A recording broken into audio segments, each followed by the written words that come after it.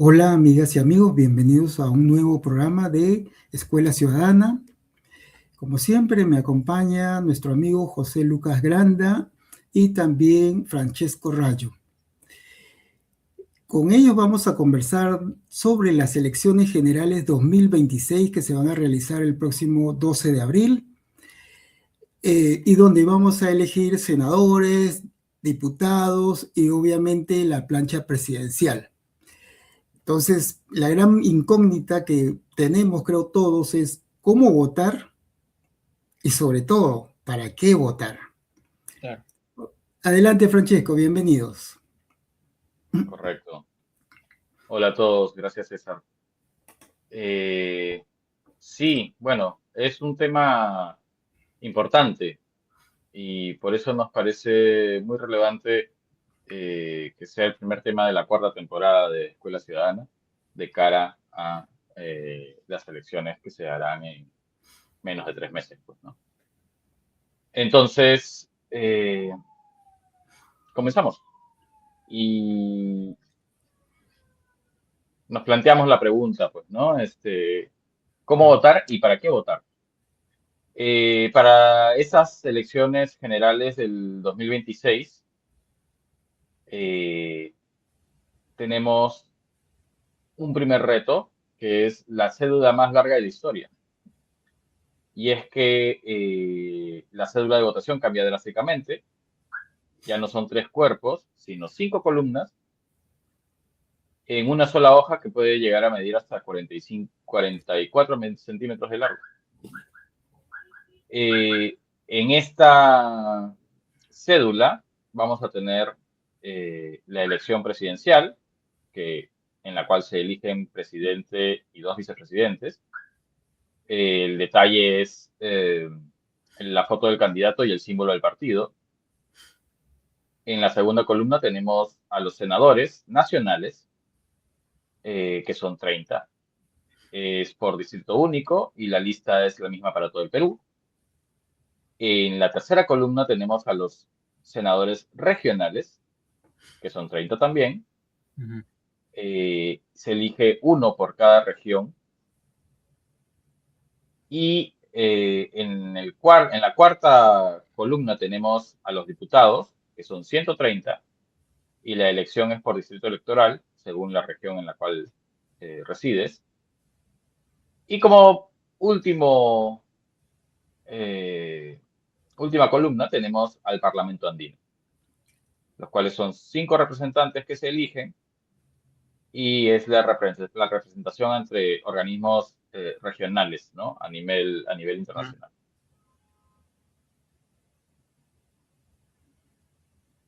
Bueno, tenemos el dato de que también el voto preferencial sigue vivo, lo cual quiere decir que en las columnas de senadores y diputados el ciudadano puede escribir hasta 2 números para elegir a sus candidatos favoritos dentro de la lista de cada partido.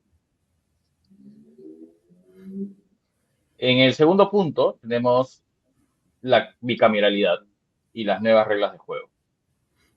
Después de 30 años, volvemos a tener 2 cámaras.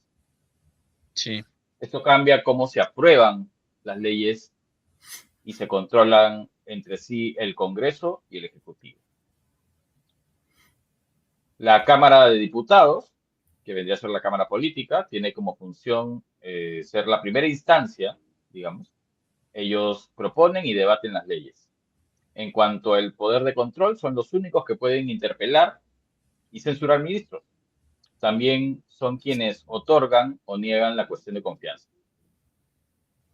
En cuanto al perfil, es una Cámara más joven, tiene como mínimo 25 años de edad y más vinculada al día a día político. En el caso de los senadores, o de la Cámara de Senadores, sería la Cámara Revisora.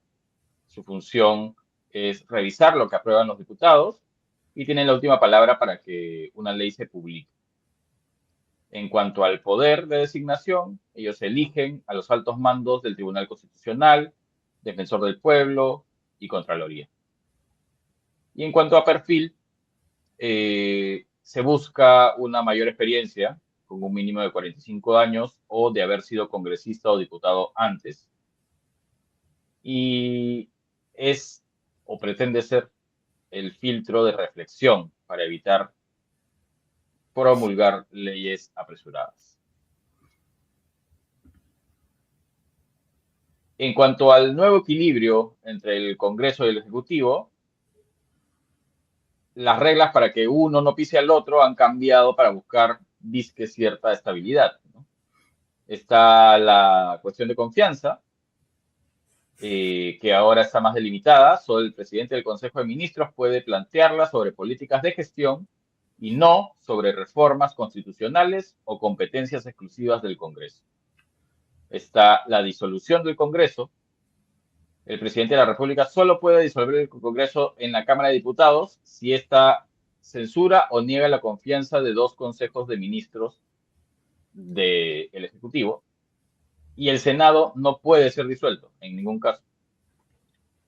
Y está la reelección, lo cual es, bueno, se ha restablecido la reelección inmediata para los parlamentarios, lo cual quiere decir que los actuales congresistas pueden postular a senadores o diputados para estas nuevas elecciones.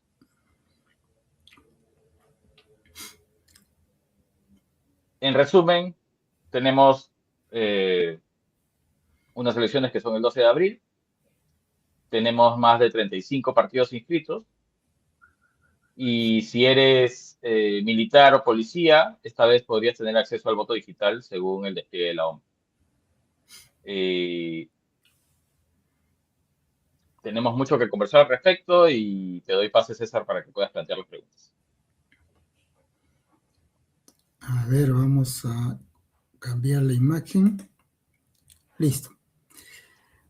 Bueno, a ver, qué tema, qué complejidad que tenemos en realidad para estas próximas elecciones 2026, tomando en consideración de que ya la calidad de los candidatos no es muy buena.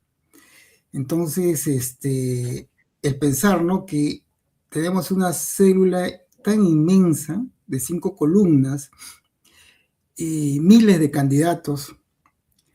Entonces, el voto es muy complicado, porque la cultura del peruano en general no es de estar muy informado de quién es el candidato, cuál es su perfil, su historia, su experiencia, y más vota por emoción y justamente vota al final.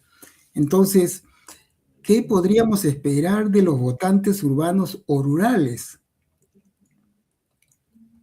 Claro, muy buenas noches, César, Francesco, muy gracias por la invitación.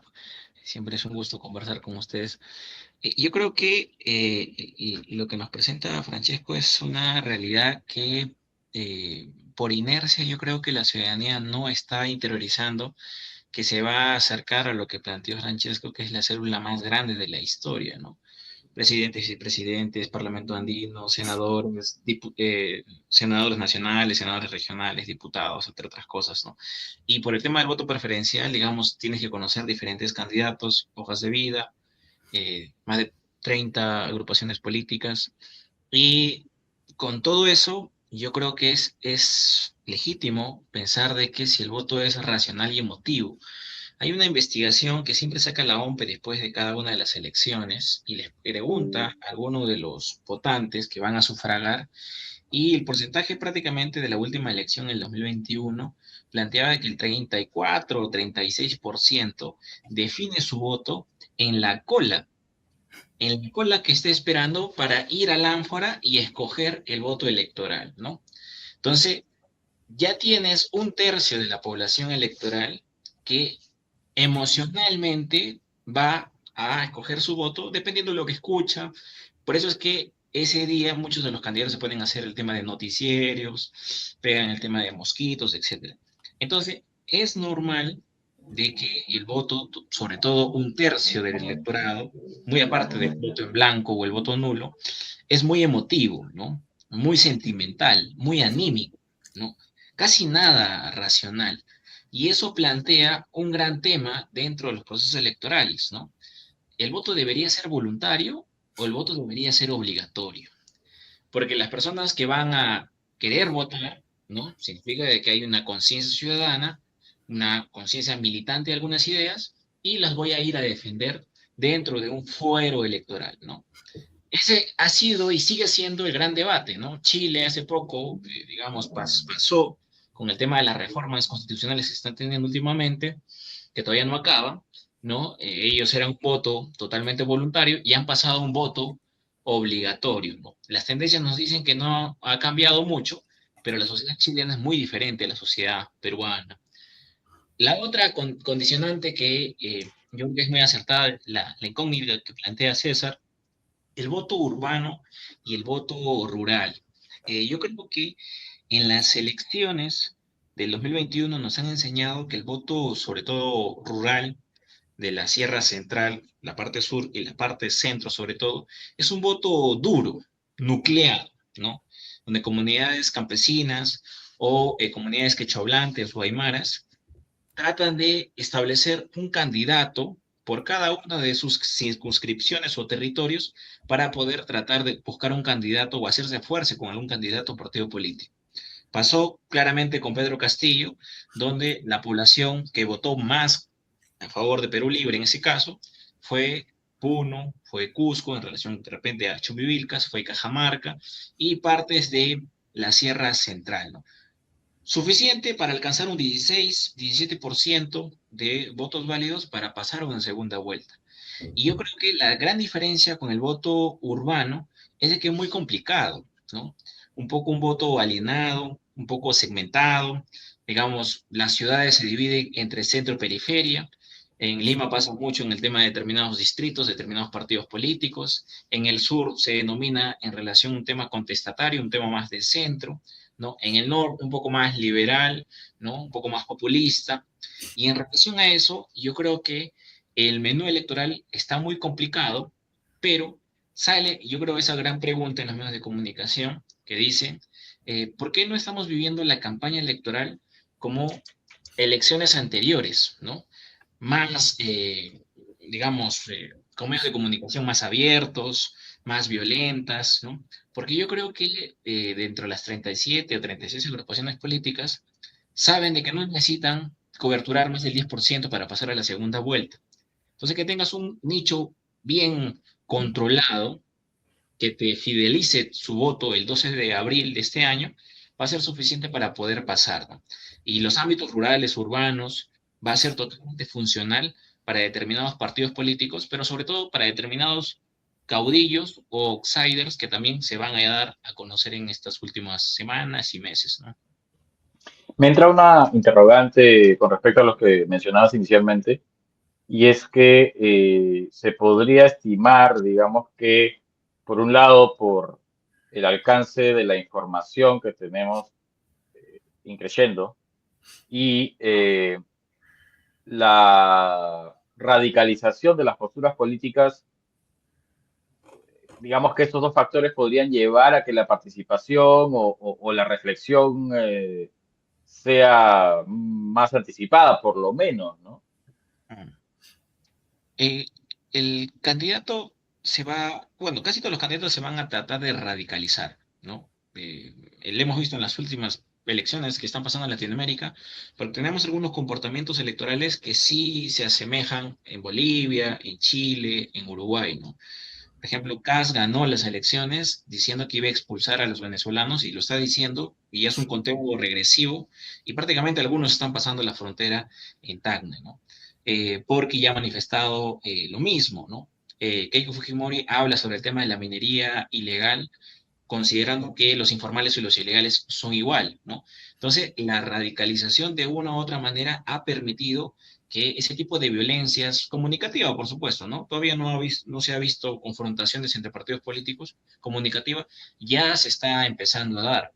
Pero recordemos, por eso es que la última elección es fundamental para poder ver algunos sondeos, que los últimos dos candidatos que pasaron a la segunda vuelta en la última elección que tuvimos para presidenciales, aparecían, Keiko Fujimori siempre aparecía en segundo, tercero, pero Pedro Castillo siempre apareció penúltimo, con 1 o 2%, ¿no?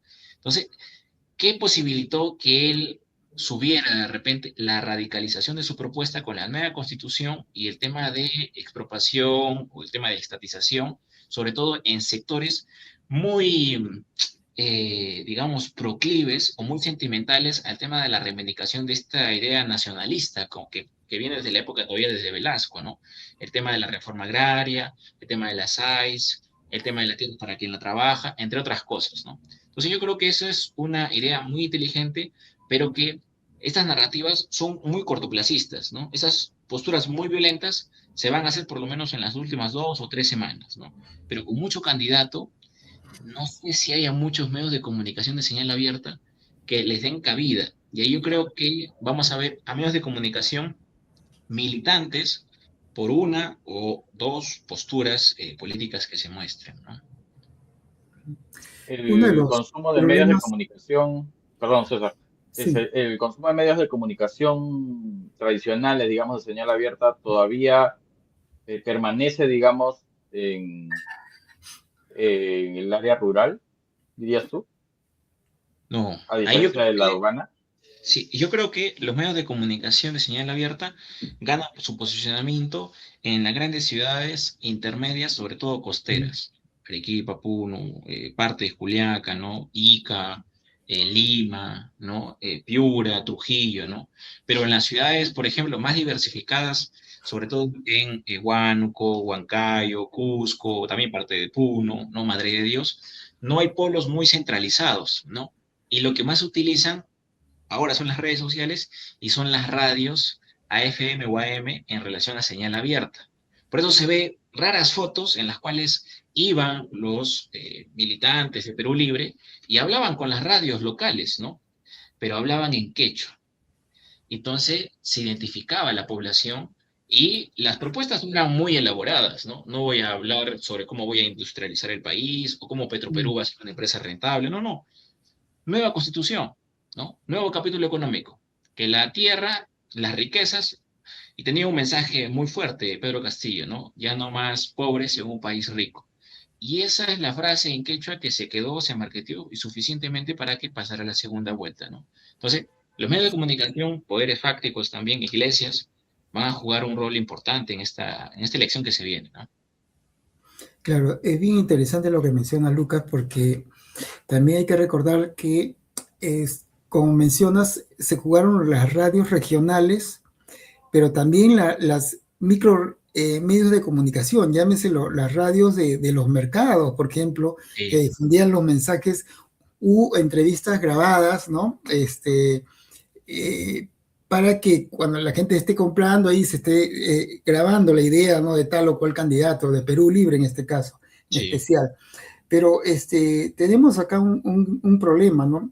El voto preferencial, el voto regional de los senadores que vamos a elegir, que supuestamente van a tener una representatividad de tal región, no se da al 100%, es como dice, una figura decorativa, porque ya ha habido denuncias, por ejemplo, de algunos candidatos que han sido desplazados que sí radican por décadas en ciertas ciudades, pero que han sido desplazados por, vamos a decir, limeños, pero que al parecer han puesto dinero para Ajá. no ocupar ese cargo y lo han usado en base a esta ventaja que tienen de la dirección del domicilio múltiple, ¿no? Que Sí, bueno, tengo una casita por allá o me he inscrito en la casa de un familiar y punto, entonces me beneficio de eso y aprovecho, ¿no? La oportunidad, pero no tengo realmente el conocimiento de la región, no tengo el conocimiento de ni la experiencia de lo que está pasando en esa zona que voy a representar. Entonces eso en realidad es vergonzoso porque ya ocurrió el 2021 cuando una candidata, me acuerdo, salió su video, por ahí lo tengo, salió con mascarilla y todo, decía, bueno, voy a candidatear por esta región, pero no conozco, no sé, no sé claro, nada, vamos a ver en el camino cómo salen las cosas. claro. Pero este caso se va a repetir en cientos de candidatos. Mm. Sí, por ejemplo, algo modus operandi que hace Alianza para el Progreso ellos tienen coordinadores por cada una de las regiones, ¿no? Y son coordinadores que han estado 5, 6, 7 años, pero Ujú. algunos son de Trujillo, de La Libertad, o son de Lima, o son de otra región, provincia o distrito, que no pertenecen al área donde están coordinando políticamente, ¿no? Pero ya tienen lo que tú mencionabas, César, el domicilio múltiple y gozan de la confianza, en este caso, del líder y dueño del partido, que es César Acuña. Entonces, constantemente va como número uno, como diputado, como senador, gobierno regional, o sea, postula constantemente, ¿no? No importa que no gane o quede último lugar, pero postula constantemente, ¿no? Y dice cada disparate que obedece, obviamente, a la línea ideológica de su líder, ¿no? Y así hemos visto constantemente, digamos, personas que improvisan porque gozan de esta confianza y no hay una vida partidaria militante, ¿no? Simplemente es amigo del amigo y tiene la confianza por las cuales se le ha dado la coordinación. Ahora, con el voto preferencial, digamos, hay mucho debate. Cuando se instaura, por ejemplo, en el tema del 93, cuando se trata de escoger, mucho se le reclama de que hay una competencia interna dentro de los partidos políticos. Entonces, los partidos políticos empiezan a dividirse, a desestructurarse, ¿no? Porque un partido político tiene que llevar una idea, ¿no? Por ejemplo, si el que va, el número uno está a favor de la constituyente y el que va por el número dos está en contra, entonces, ¿cuál es la línea ideológica? ¿Cuál es la línea en la cual van a proponer como bancada en el Congreso, como presidente, ¿no? Entonces, ahí se ha evidenciado de que no son partidos políticos, ¿no? Son simplemente emprendimientos electorales que si es que ocupan un cargo o un curul, van a tratar de congeniar. Pero si no ocupan un curul, ya no van a seguir en ese partido político, ¿no? Varios, casi todos, derecha, izquierda, centro, en los partidos políticos donde han militado en la elección pasada, ya no militan ahora, ¿no? A menos que estén en la reelección, por supuesto, ¿no? Entonces, yo creo que el voto preferencial condiciona eso, o partido o candidato. Ahora, también hay algo que hay que, digamos, manifestar por el tema de, justo tema de la meritocracia, un tema de escalonamiento político, ¿no? Hemos visto que a las poblaciones de repente indígenas, afrodescendientes o de LGTBQ+, siempre les ponen con números casi al final de la lista, ¿no? Entonces, el voto preferencial ahí sí ayuda, ¿no? Porque dicen, yo no quiero votar, digamos, por el partido y que vayan los primeros números, por ejemplo, en el APRA, son los búfalos de siempre. Son pésimos candidatos y repiten el discurso, digamos, de hace 20 o 30 años, ¿no? Yo quisiera apostar por el joven, de repente, que se está tratando de establecer un trabajo programático, ¿no? Y ahí el voto preferencial sí ayuda, porque podría darle la oportunidad, de acuerdo al electorado, ¿no? Y a cómo él trate de canalizar su caudal electoral, darle la oportunidad, ¿no? Pero igual, esta competencia desleal se sigue estableciendo internamente dentro de los partidos. Entonces, yo creo que todavía el Congreso tampoco, los congresos que hemos tenido no la tiene clara, porque la activa, lo desactiva. Entonces, todavía a nivel electorado no sabemos si es que preferimos votar por un partido o preferimos votar por un candidato, ¿no? Entonces, ese es un gran debate que todavía no se resuelve, ¿no? Porque el mismo elector es muy indeciso hasta en la cola, ¿no? Y ahí tenemos el problema de que hay un porcentaje de invitados que los partidos políticos tienen derecho, por ejemplo. Sí, Ese es un gran 20%. problema, porque estos personajes a veces son de la farándula, artistas, etcétera, influencers, que tienen cierto jale, Inversionistas. claro, que tienen su jale, pero primero que son, pues, desconocen cómo funciona el Estado, no tienen una idea, y para lo único que ingresan es para atender las demandas del dueño del partido político, más Sí. no de la ciudadanía. Y eso lo hemos visto, por ejemplo, en las últimas elecciones, lo hemos visto en las anteriores elecciones, y desafortunadamente probablemente lo vamos a seguir viendo porque tampoco hay democracia en los partidos políticos, tampoco hay una escuela de formación política en los mismos partidos políticos. Entonces estamos en un círculo vicioso que, para lo cual necesitamos realmente políticos que entren con una vocación de servicio y desprendimiento, porque obviamente en el futuro a ellos les va a afectar. Por supuesto. Lo malo es de que, y lo vemos, yo creo que en todo el Perú, que los que tienen mayor capacidad publicitaria de llegar sus mensajes muy bien marketeros, de repente con un, de repente asesoramiento de marketing político, son los que tienen mayor financiamiento económico, ¿no? Universidades, economía informal, grandes mineras, la Sociedad Nacional de Industrias, diferentes industrias, ¿no? Pepe Luna, Alianza para el Progreso, Keiko Fujimori y López Aliaga, ¿no? Mayormente son los que están ahorita dentro de toda la publicidad, en todas las paredes casi de todo el Perú, ¿no?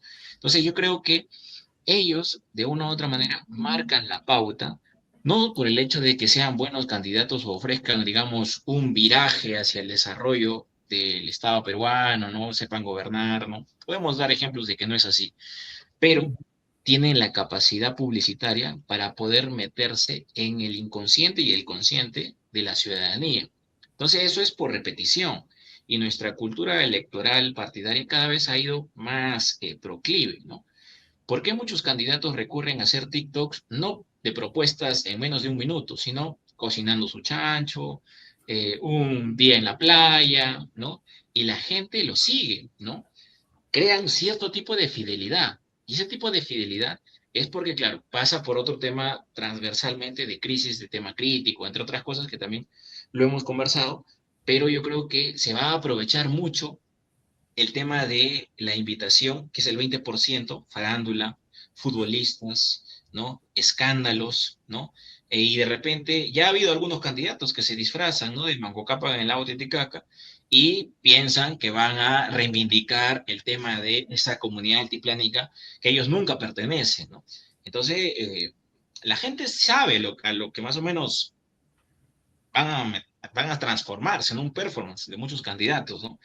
El tema es hasta dónde irá el circo, ¿no? Y hay gente que votará, ¿no? Por el circo, ¿no? Y es su voto, ¿no? No sé si se respete, pero se critica, ¿no? Así es. Pasando un poco a la historia política, digamos, del Perú. Esta oferta de 35 o más partidos políticos y la evidente fragmentación, ¿no? que demuestran, ¿es un fenómeno nuevo o es una caída natural del sistema de partidos políticos originada, digamos, en los años 90? Yo creo que son esos dos fenómenos, pero que no son excluyentes. Yo creo que han manipulado la ley de organizaciones políticas y este proceso electoral desde su nacimiento, ¿no? Uno, desde eliminar el tema de las elecciones primarias, ¿no? Las elecciones primarias deberían de haber eliminado por lo menos 20 partidos políticos, por lo menos 20, ¿no? Para estar, y si no más, estoy siendo condescendiente, ¿no?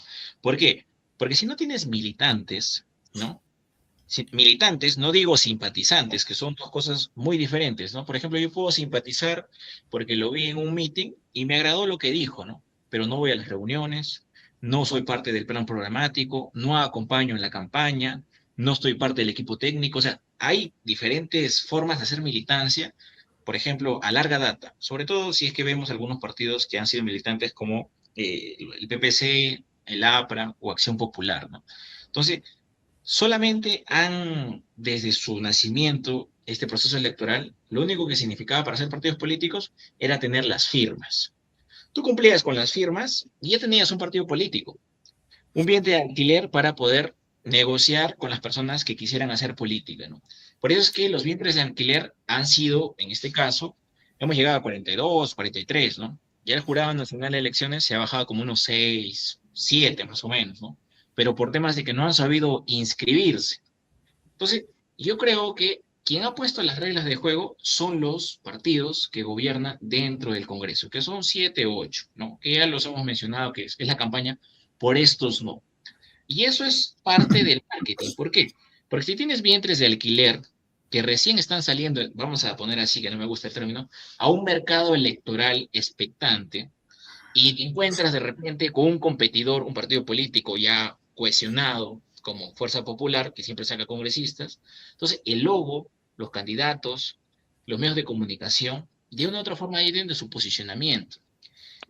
¿A qué ayuda la volatilidad de partidos políticos? Que el voto se disperse. Y entre el voto se dispersa, sí hemos visto en los últimos 3 o 4 procesos electorales que por lo menos tienen núcleos duros los partidos que recurrentemente salen, 7 o 8%. Ese por un lado. Lo otro es lo que yo también coincido, que en el 92, más o menos, cuando se empieza en el tema de la autocracia de Fujimori, se empieza a matar los partidos políticos desde la propia participación. Son perseguidos, son excluidos, ya no hay el tema del financiamiento, y de una u otra forma la parte programática empieza a ser parte de estos 10 años del gobierno de Fujimori, ¿no? Ya no hay que pensar mucho para hacer política, simplemente hay que comprar a la gente, pan y circo. Y esos 10 años posibilitaron que todo el liderazgo político, cuando se recupera la democracia en el 2001, más o menos 2002, vayan con esa consigna. ¿Por qué? Porque alguien en un tractor, ¿no? Le ganó a un candidato que era apoyado por todos los medios de comunicación de derecha, el equipo técnico. Entonces, ¿qué quedó en el sentir de la población? Que no hay que ser un gran académico, o pedagogo, o digamos estadista. Simplemente hay que estar bien con la gente, ¿no? Ofrécele el oro y el moro y van a votar por ti. Entonces, esos 10 años posibilitaron que muchos partidos políticos se modificaran. Y desde ahí yo creo que muy pocos se han recuperado, y los pocos que se han recuperado han sido personalizados en algunos políticos. Lamentablemente no han hecho intercambio generacional. Entonces, yo creo que si seguimos con esa ruta, es muy posible, es muy probable que en la próxima elección, 2031, si es que todo marcha como está, vamos a tener más partidos políticos. De repente ya no 37. Imagínense 50 partidos políticos, ¿no? Y la valla electoral es 5%, o sea, es para que nadie pase, ¿no? En este tema de la dispersión. En Francia solamente son 4 partidos políticos y la valla electoral es el 2%. En Chile es el 3% y solamente son 4 o 5 partidos políticos. ¿Por qué son tan pocos y por qué la valla es tan reducida? Porque hay elecciones internas. Cuando hay elecciones internas dices, estos son vientre de alquiler, no son partidos políticos, tienen simpatizantes para creación, pero el partido político ha dormido y muchos les pasa. Por ejemplo, Nuevo Perú, ¿no? Para también agarrar algunos partidos de izquierda, Nuevo Perú, ¿no? Han estado casi 2, 3 años sin poder inscribirse, ¿no? Porque solamente se reactivaba en elecciones electorales. La gran crítica que se le hizo al tema de Verónica Mendoza. Solo se reactivan en elecciones electorales, solo vemos post en elecciones electorales y no hacen vida partidaria, vida militante. Entonces, eso en cualquier país vecino como Chile o país europeo como Francia, no sería un partido político, sería un vientre de alquiler. Entonces, tenemos vientres de alquileres que están yendo a las elecciones y lamentablemente muchos de ellos van a ir muriendo en el camino. No porque no tengan financiamiento, porque algunos sí tienen financiamiento, sino porque no han logrado inscribirse diputados, senadores, no tienen la fuerza de arrastre de algunos pequeños minicaudillos, ¿no? Entonces son las Me, me- reglas. me parece positivo en ese sentido el hecho de que sea posible que los candidatos a la presidencia puedan postular al Congreso, Senado. ¿no? Exacto, porque de alguna manera bueno, no los obliga porque no es obligatorio, pero da la oportunidad a que sigan en la vida política más allá de las elecciones, ¿no? No Sí. muere su participación política en nuestra sociedad con respecto solamente a ese momento, ¿no? Sí. O sea, tienen que hacerse responsables por las personas que llevan al Congreso, ¿no? Diputados y senadores, ¿no? Las figuras presidenciales, cada vez que no ganaban una elección, se desaparecían, ¿no? En el mejor de los casos, uno era gobernador o de repente agarraba un puesto dentro de un ministerio y ahí se quedaba, ¿no? Ahora tienen la posibilidad de ir al Senado o a diputado y si son electos, hacerse responsables, ¿no? Y si no se hacen responsables, ese partido caerá, ¿no? Se desaparecerá. También es irresponsable, como lo ha hecho la señora Keiko Fujimori, que no va a ir al Senado. Entonces sabemos que de repente si pasa una segunda vuelta, todas las estadísticas, todos los académicos, no va a ganar. Entonces ella no va a ir al Senado si es que o trataría de ocupar un curul. Entonces, eso es muy imprudente porque no se va a ser responsable de una bancada que es muy probable que sea parte de una fuerza de este Congreso que salga en el próximo, en este año, ¿no? El perfil del votante ha cambiado definitivamente, ¿no? Uno de los datos que yo puedo identificar claramente es, por ejemplo, una mayor participación de opinión, gracias a las redes sociales, por supuesto. Algunos han abierto Sí, su canal, otros abren espacios cortos, pequeños en Twitter, en TikTok, y comentan, conversan con amigos de manera cerrada, a veces de manera abierta, sin ningún interés, ¿no? Particular, solamente soltar conversar. lo que se les viene. Sin embargo, el lado negativo de todo esto también viene con los trolls contratados, viene con los conspiranoicos, porque este es otro personaje que existe, y no solamente para el tema político, está en el tema religioso, está en el tema ambiental, en todo. Es un conspiranoico así, con un perfil, ¿no?, Sí, bien definido, pero también tienes a los negacionistas, que son otro perfil, que sí, también están ahí y no están ligados a ningún partido en particular. Muchas veces son anarquistas, ¿no? Entonces, tenemos No te el olvides lado de positivo y los negativo, opinólogos. claro, y también el lado positivo y negativo de esta apertura que nos da las redes sociales, que democratiza, digamos, la participación ciudadana, pero sin embargo, tiene su lado oscuro. Ahora, ¿tú consideras que hay otros cambios en el perfil del votante peruano desde el regreso de la democracia en los 80? Mm, y yo diría que ahora la participación es un poco más digital, pero no hay coherencia entre el actuar, vamos a decirlo así, real, orgánico, a cualquier espacio de participación al que te permita vincularte a otras personas, ¿no? Eso todavía no se ha asociado como en otros países sí se asocia. Por ejemplo, para dar un caso solamente en específico, los chicos de Nepal, Bangladesh, se articularon porque había una coincidencia entre las redes sociales y la vida de participación pública de protesta en relación al régimen. Entonces, ambas se han unido. Y yo creo que en el Perú todavía estamos todavía disociados. Participamos mucho dentro de las redes sociales, que yo estoy viendo mucho que se participa, se comenta, se intriga, hay mucha víscera también, ¿no? Pero todavía no hay una coincidencia o vinculación con lo que vemos en las calles, con lo que vemos dentro de nuestros ámbitos de conversación. Entonces, ese por un lado. Lo otro, yo creo que el perfil del elector siempre cambia dependiendo de cómo va el país, ¿no? Entonces, eso es temas muy coyunturales. Por ejemplo, ¿por qué yo creo que, y vamos a seguir hablando de la última elección por el tema de la elección cercana, gana Pedro Castillo con la constituyente? Porque yo creo que las personas que somos el país que muere por más cantidad por millón de habitantes por el COVID-19, no lo olvidemos, la campaña se llevó con mascarilla y con protocolos de bioseguridad.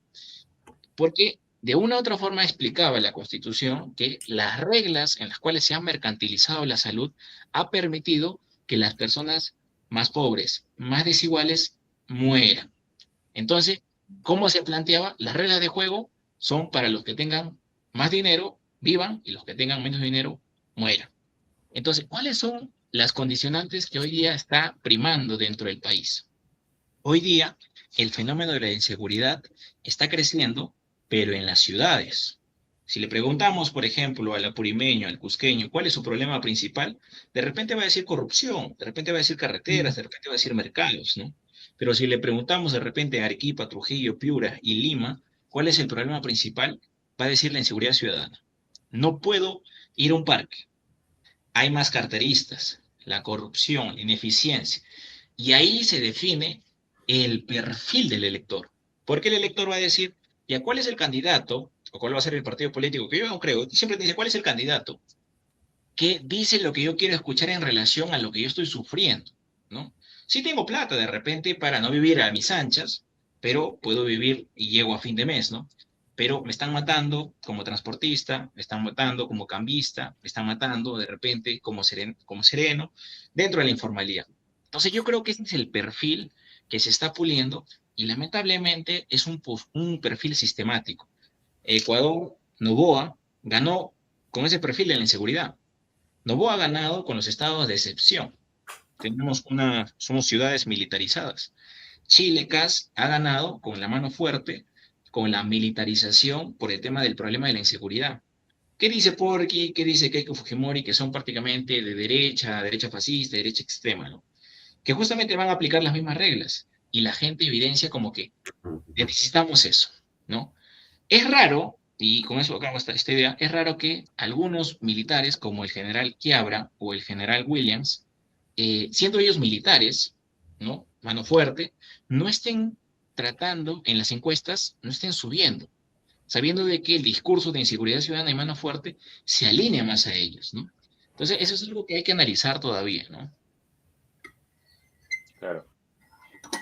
Pasando un poco al tema de la bicameralidad y el comportamiento social, ¿crees que el Senado funcionará realmente como una cámara reflexiva o simplemente se convertirá en un nuevo espacio de disputa de intereses particulares?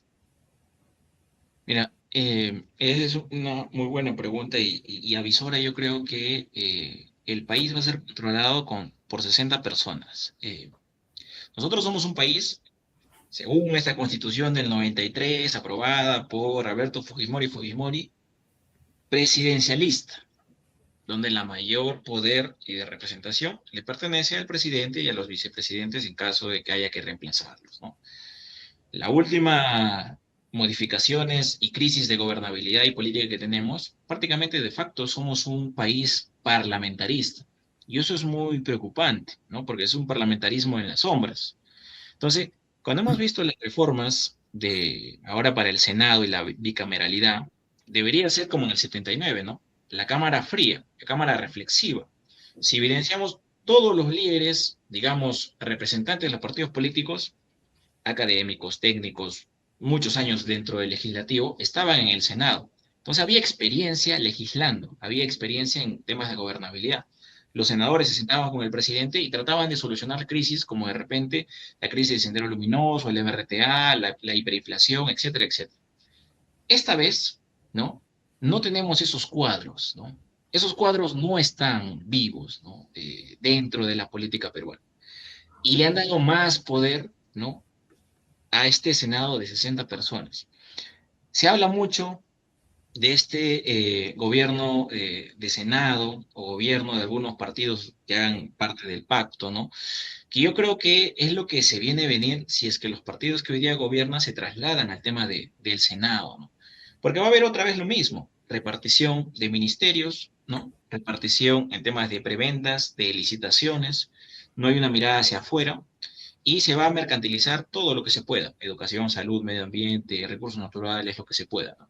Entonces, eso es muy peligroso porque yo creo que este Congreso que está acabando ya entendió cómo funciona el país. Y el país funciona con preventas, ¿no? Me apoyas a mí y yo te doy la concesión minera, me apoyas a mí y yo te doy de repente las hectáreas para que tú hagas tu palma aceitera, ¿no? Entonces, como ya saben cómo funciona, y si es que van a ser electos, es muy probable que el presidente o presidenta que salga pueda ser vacado en los subsiguientes meses, ¿no? Si es que no se alía con el Senado, ojo, no tanto los diputados, el Senado que vaya a salir el 28 de julio de este año, ¿no? Qué complicado todo, un panorama muy difícil, teniendo en consideración que el ciudadano peruano en realidad no le gusta investigar, no le gusta leer Sí. sobre los planes de gobierno, sobre las propuestas que hacen los candidatos, entonces es muy complicado. Ahora, el Senado va a ser la vaca sagrada en las próximas elecciones. Pues, Si hay un tema de censura por parte del presidente, bueno, solamente cierran la Cámara de Diputados. Y si el Congreso, Senado y Diputados se le ocurre, bueno, se tiran abajo al presidente, ¿no? Entonces, el Senado es la vaca sagrada. Estamos hablando ya de un gobierno parlamentario que vamos a tener a partir del 2026. Sí.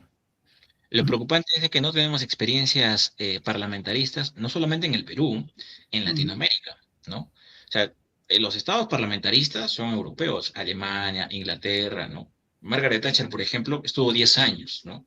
¿Por qué? Porque el parlamento inglés así lo quiso, ¿no? La guerra de las Malvinas le posicionó de repente alguna mirada geopolítica que estaba de determinada popularidad y le permitió estar tantos años como Churchill, ¿no?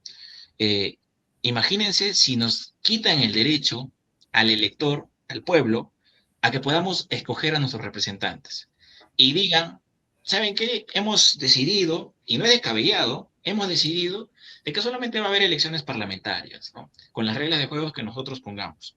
Y el presidente la vamos a escoger dentro en la Cámara de Representantes. Imagínense que Acuña o Keiko Fujimori o López Aliaga tengan mayoría dentro del Senado y los congresistas, diputados, ¿no? Entonces van a ser presidentes, sin pasar por las ánforas, ¿no? Entonces ganaron el partido porque tenían al árbitro, ¿no? Entonces, cuidado, yo creo que mucho se define en la próxima elección. Lamentablemente, estamos adormecidos, ¿no? Y esto no es algo que solamente pasa en Perú, está pasando a nivel global, ¿no? Porque como mencionas, los terraplanistas, los fascistas, ¿no? Están haciendo buena chamba. Uno, porque tienen pues, financiamiento, ¿no? Pucha, nosotros hacemos esto porque nos gusta y militamos en estas ideas. Pero si tuviéramos 2, 3, 4 millones cada uno para poder establecerlo, otra cosa sería el tema de la audiencia. Entonces yo creo que ahí están los capitales que tenemos que cuestionar, ¿no? Y es preocupante, ¿no? A mí me preocupa mucho.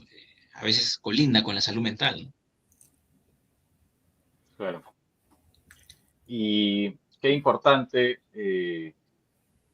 A mí me parece que en líneas generales, digamos que el modelo que se está planteando para estas nuevas elecciones no es negativo, pero en los detalles es justamente donde está el problema, pues, ¿no? Por ejemplo, el hecho de que no se den en nuestro país las elecciones de medio término, ¿no? Donde se renueva una cantidad importante del Parlamento, justamente por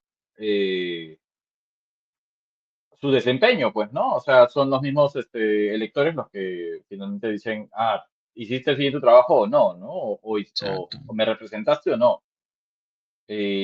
Son esas cosas justamente las que no dejan que un modelo pueda funcionar correctamente, pues. Yo estoy de acuerdo. Por ejemplo, ahí, y en lo rescatable que tiene, por ejemplo, la señorita Tudela de Avanza País, ella propuso eso, ¿no? El tema de las elecciones a medio término. 2 años y medio, vayamos a elecciones. Y el congresista que más ha trabajado que le parezca al pueblo, se queda por el voto popular. Y el que no, que sea reemplazado por el accesitario, ¿no? Y eso obligaba, obviamente, como en un trabajo, ¿no? Entonces, si tú sabes que no produces, no estás de acuerdo a los estándares que quiere en este caso la población, sí te vota, ¿no? Entonces, yo creo que no debería ser un cheque en blanco estar en el Congreso, Parlamento Andino, Senado y la presidencia de la República, bueno, los contrapesos están en el legislativo y en el Poder Judicial, ¿no? Entonces, yo creo que eso es transparentar un Estado, ¿no? Un Estado de Derecho que cree gobernanza y sobre todo confianza. Somos un país cada vez que desconfiamos no solamente en el Estado, sino unos de otros y así sucesivamente. Yo lo que veo es que este gobierno parlamentario es un fracaso en realidad en el tema económico, porque, por ejemplo, el presupuesto para el 2026 es de 1.769 millones de soles. El 2011 era de solo 420 millones de soles. Y los incrementos de los años de los gobiernos anteriores habían sido pues de 1, 2, 3% nada más anual. Entonces, algo razonable, algo bastante aceptable.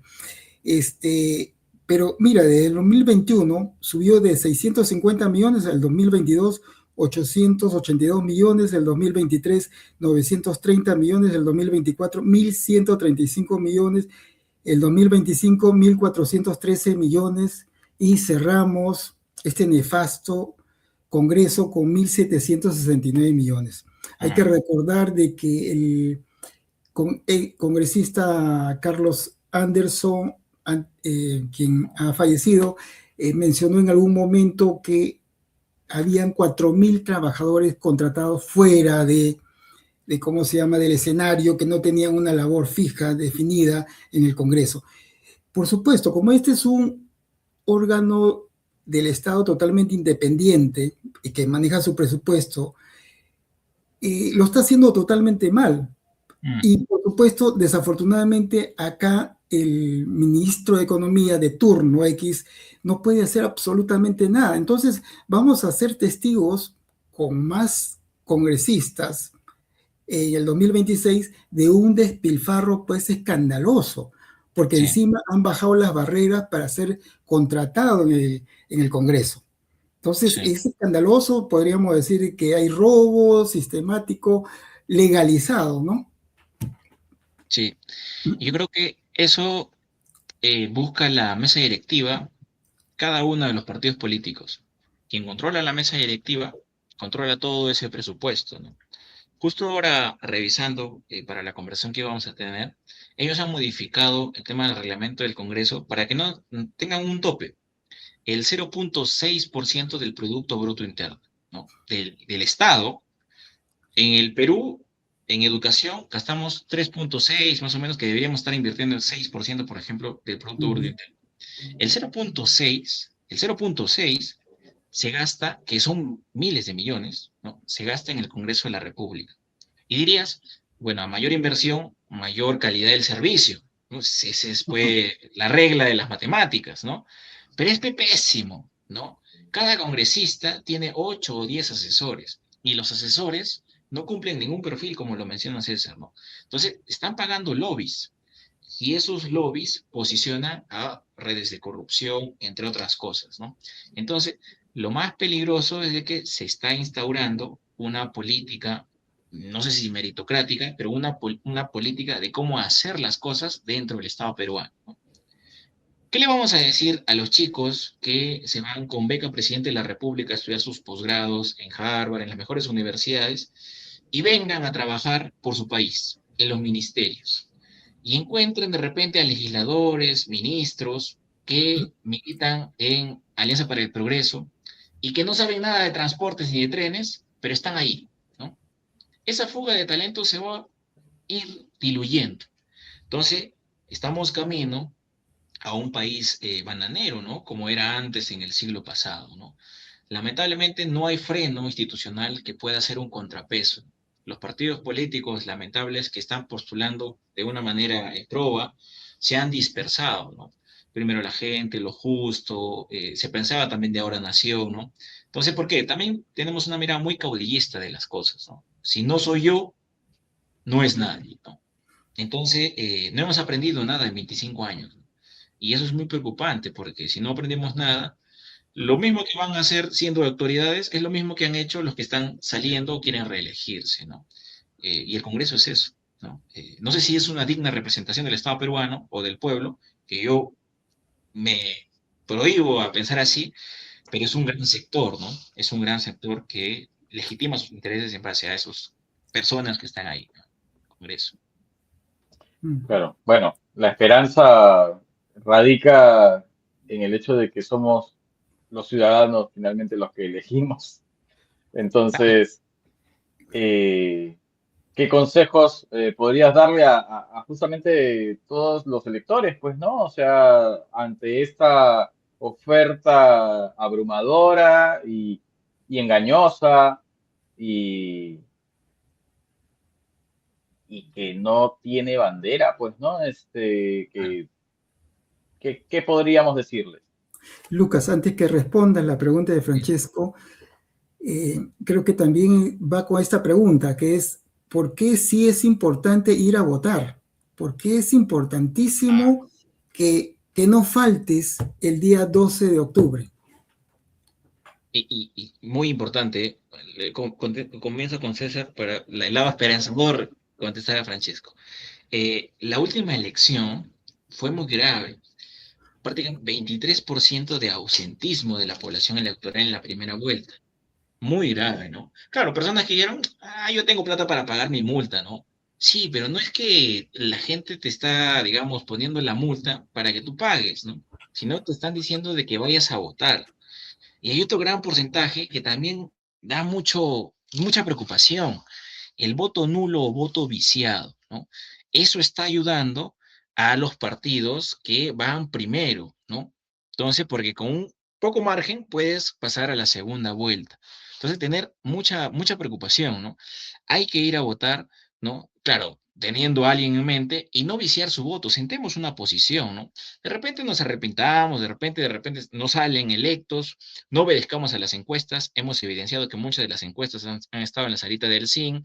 Recordemos, por favor, que la memoria no sea frágil, el 93, los millones sobre la mesa, sobre las encuestadoras, ¿no? Leamos, veamos sus planes, veamos a los candidatos, muchos de ellos tienen TikTok, entonces tratemos de ver por lo menos 3 o 4 videos conjuntamente de ellos y si son programáticos, son coherentes, ¿no? Eso por ese lado, ¿no? Hay que ir a votar, ¿no? Y no voto nulo, no voto en blanco, sobre todo en esta oportunidad que hay mucha dispersión. Y para las personas que de repente, ¿cómo se ve el país en relación a la elección en la segunda pregunta, la pregunta de Francesco? Yo creo que siempre hay esperanza en relación a de que cada vez veo que somos más personas que comentan los videos, que están detrás de repente de hacer ellos su propio podcast, de establecer más comentarios, que lamentablemente todavía es algo que hay que mejorar. No hay una vinculación en lo que hablábamos entre lo que son las redes y lo que es su trabajo vinculante dentro de su día a día, ¿no? En los espacios que está constantemente. Les diría que de repente vayan a leer los planes de gobierno, pero son amplios, ¿no? Pero podemos ver estadísticas. Por ejemplo, el Instituto de Estudios Peruanos ha sacado cuál es el mejor plan de gobierno, ¿no? Que es el de Partido Morado y ni siquiera figura en las encuestas. ¿Saben cuál es el peor plan de gobierno? El de Porqui, y está primero en las encuestas. Entonces, veamos algunos indicadores. Hay señales de alerta, ¿no? Y vayamos informados, todo voto se respeta y hay que estar vigilantes. Entendamos que la democracia representativa en el Perú ya ha fracasado. Necesitamos una democracia participativa. Si salgan los que salgan, tenemos que estar atentos, tenemos que seguir investigando, tenemos que seguir hablando, tenemos que seguir revelando casos de corrupción, ¿no? Caso contrario, vamos a esperar los próximos 5 años para que votamos a un candidato que de repente ni me acuerde lo que pensé después de la elección que va a pasar, ¿no? Entonces, tengamos eso en cuenta, ¿no? Y siempre hay esperanza. La gente se empieza a organizar, ¿no? Irán, por ejemplo, se está organizando para tratar de votar un régimen autocrático, que cree que que el poder proviene de Dios, lo está tratando de sacar, ¿no? Entonces yo creo que las dictaduras caen, ¿no? Y este modelo dictatorial congresal, por unos 4 o 5 partidos políticos, va a caer.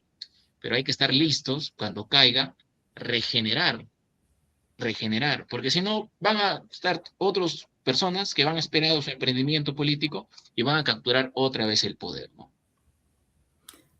Así es, Lucas. Bueno, amigos, muchas gracias por acompañarnos.